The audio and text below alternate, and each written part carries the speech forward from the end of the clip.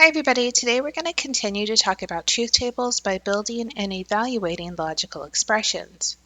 We're going to start with translating words to symbols. We'll use the example, the program compiles successfully and there are no runtime errors. The first thing we need to do is identify our basic statements. We'll let P be the program compiles successfully and we'll let Q be there are runtime errors.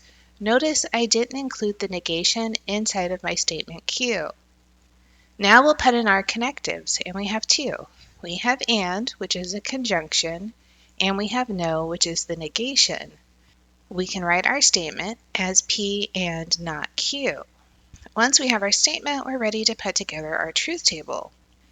In our truth table, we'll need a column for P, one for Q, one for the negation of Q, and then one for our total statement P and not Q. P, we should know just by definition, is true, true, false, false. Then Q is true, false, true, false. The negation of Q just means we're going to flip the truth values for Q. So instead of true, which is 1, we write a 0 for false. Our 0 for false becomes a 1 for true, and then we just repeat that. With the connective of and, we only get true when everything is true. So when we look at true, false, that's false. True, true is true. False, false is false, and false, true is also false. What we see is we only got true when the program compiles, P is 1, and there are no errors, Q is 0. Let's take a little larger expression.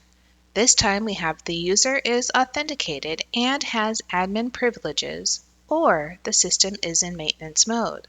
Here we have three statements. P is the user is authenticated, Q is the user has admin privileges, then R is the system is in maintenance mode. We're going to put those three statements together, which becomes P and Q or R.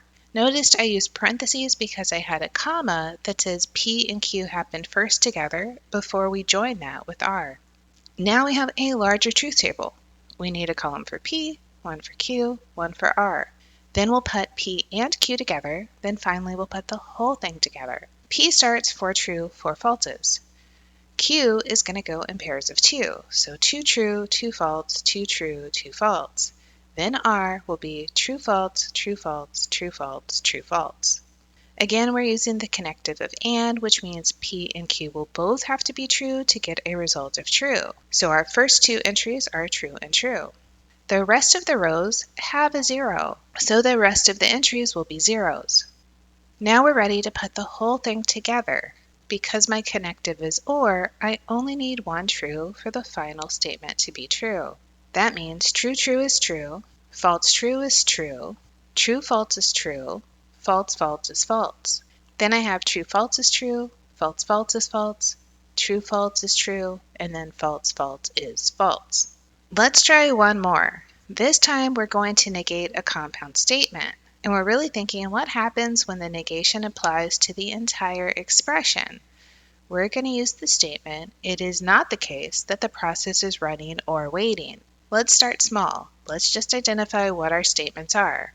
We have P, the process is running. We have Q, the process is waiting. We can see those two are connected by or. Then we have a negation that applies to the entire disjunction, not just one variable. So let's break that down step by step. Let's start with our disjunction of the processes running or waiting. We know that's P or Q. It is not the case tells us to negate that disjunction. So we'll write that as not parentheses P or Q. And remember to be careful. Not P or Q is not the same as not P or not Q. The parentheses change what the negation applies to. Our truth table is going to be composed of 4 columns. P, Q, P or Q, then the negation of P or Q. P will be true, true, false, false. Q is true, false, true, false. P or Q will be true as long as I have a true in one of the statements. So I can see I have true, true, true, and then false. This shows me I have true, true, true, and then false. The negation just reverses those truth values. So instead of true, true, true, false, I'll have false, false, false, true. As a wrap-up, we have a few key takeaways for building our truth tables off of logical expressions. The first thing we want to do is identify statements, which means we'll break the sentences into simple propositions and assign variables.